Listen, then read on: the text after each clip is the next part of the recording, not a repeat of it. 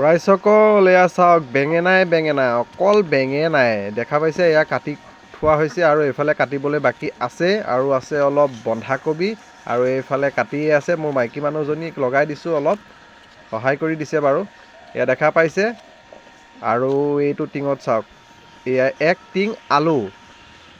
তাৰপিছত ডেক্সিটোলৈ চাওকচোন, ডেক্সিটোতো সেয়া বেঙেনাই পাব।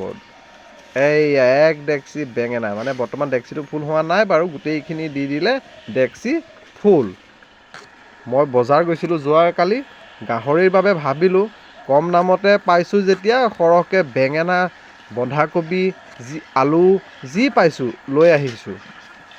আৰু এতিয়া যিহেতু কচুৰ ছিজন নহয়, কচু পাবলৈতো টান, আৰু দানা কিনি খুৱাব পৰা যায়, কিন্তু ইয়াৰ লগত অলপ মিক্স কৰি দিলেহে ভাল হয়। কিয়নো অকল যদি আপুনি দানাই খুৱায়, আপোনালোকৰ কষ্টিংটো বাঢ়ি যাব, তাৰমানে আপোনালোকৰ খৰচৰ পৰিমাণটো বহুত বেছি হৈ যাব।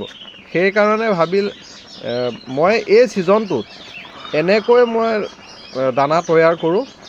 দানা উতলিছেহি আৰু বেছি সময় নাই হ'বলৈ।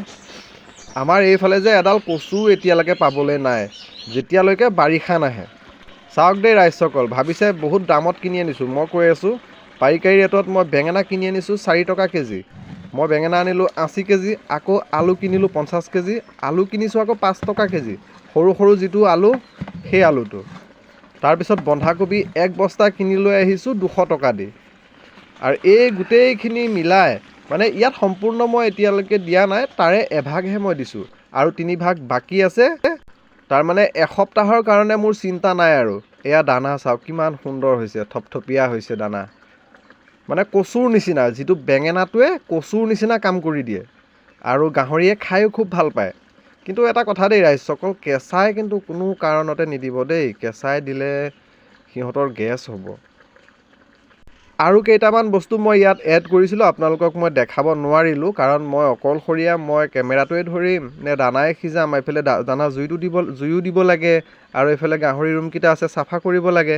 তে মই কৈ দিওঁ, মই ইয়াত দিলোঁ চাউল, তাৰপিছতে ৰাবাৰ পালিচ, তাৰপিছতে তুঁহগুড়া অলপ আছিলে, তুঁহগুড়া অলপো দি দিলোঁ। একেবাৰে শেষত দানাটো চাওক কিমান ধুনীয়া থপথপীয়া হৈছে, একদম আঠা নিচিনা হৈ গৈছে দানাটো। গধূলা সময়ত মই যেতিয়া দানা দিম, মই এতিয়া ঠাণ্ডা কৰি থ'ব লাগিব, এক্সট্ৰাকৈ বাল্টিঙত উলিয়াই পেলাই। এয়া দানা দিম, আৰু কিনা দানাও আছে মোৰ আনি থোৱা, সেই কিনা দানা অলপ মিক্স কৰি দিম, হৈ যাব আৰু।